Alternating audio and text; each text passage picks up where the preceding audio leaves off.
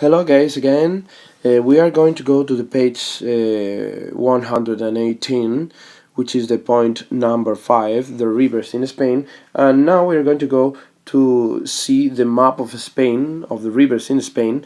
And we can see there are 3 areas wherever the rivers flow into the oceans or the seas. As you can see, we have the green area, which is the Cantabrian Sea. We have the red area, which is the Atlantic Ocean, and then we have the yellow area, which is the Mediterranean Sea. So as a consequence, we are able to see there are 3 different spaces our rivers in Spain flow into the sea or the oceans.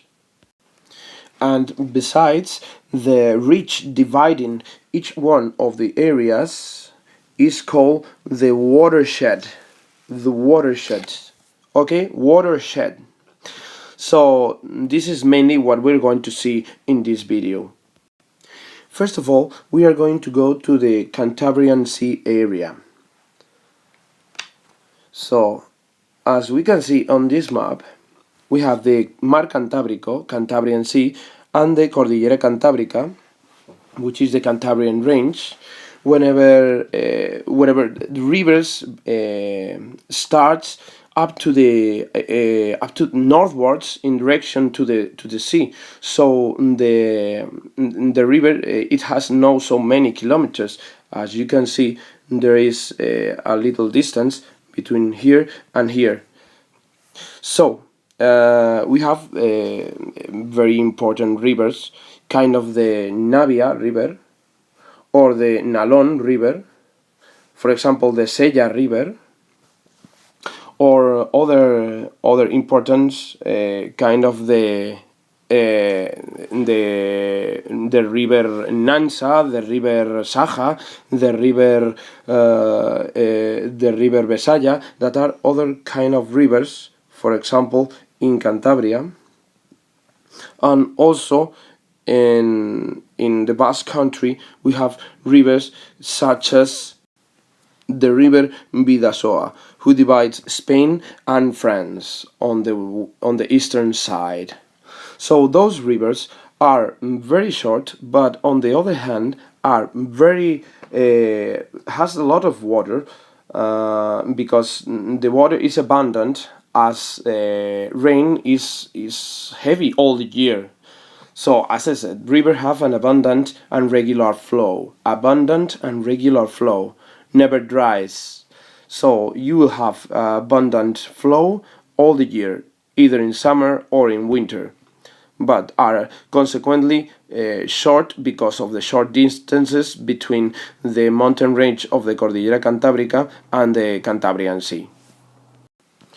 Then we go to the Atlantic Ocean, and we are able to see in this map how the rivers are very long. All the rivers start in mountainous regions, such as, for example, in this area, whenever the Tajo River starts, this other area, wherever the Duero River starts.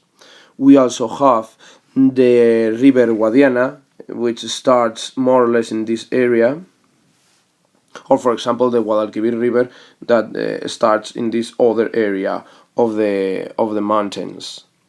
So to highlight the most important rivers are the River Miño on the north part, separating Galicia and Portugal, the River Duero, who goes westwards, open the sea in Oporto, the River Tajo, who goes westwards, open into the sea in Lisboa, the River Guadiana, who goes to the sea in Ayamonte, Huelva, or the River Guadalquivir, who passes by Córdoba or Sevilla and opens to the sea in Sanlúcar de Barrameda. Those are the most important rivers in the Atlantic area. And characteristics, for example, all of them have a lot of tributaries. For example, you see the River Duero, different tributaries. For example, it is the River Esla, the river Pisuerga, the river Carrión, or other kind of rivers, for example the Adaja or the river Tormes. So those rivers add more water to the main flow of the river. So as a consequence, the flow is abundant. It carries a lot of water. Besides, you see in this area there are the longest rivers in the Iberian Peninsula, kind of the Duero, and overall we have the river Tajo, which is the longest one in the Iberian Peninsula. So consequently, we have that the rivers in the Atlantic area are very long on one side, are long, are full of tributaries, and they start in mountains, and the flow of the water is very abundant throughout all the flow, all the course of the river up to the opening to the sea. All right. Now we go to the last area, which is the Mediterranean one. The Mediterranean area, as we can see in this map, all the rivers are shorter than in the Atlantic area.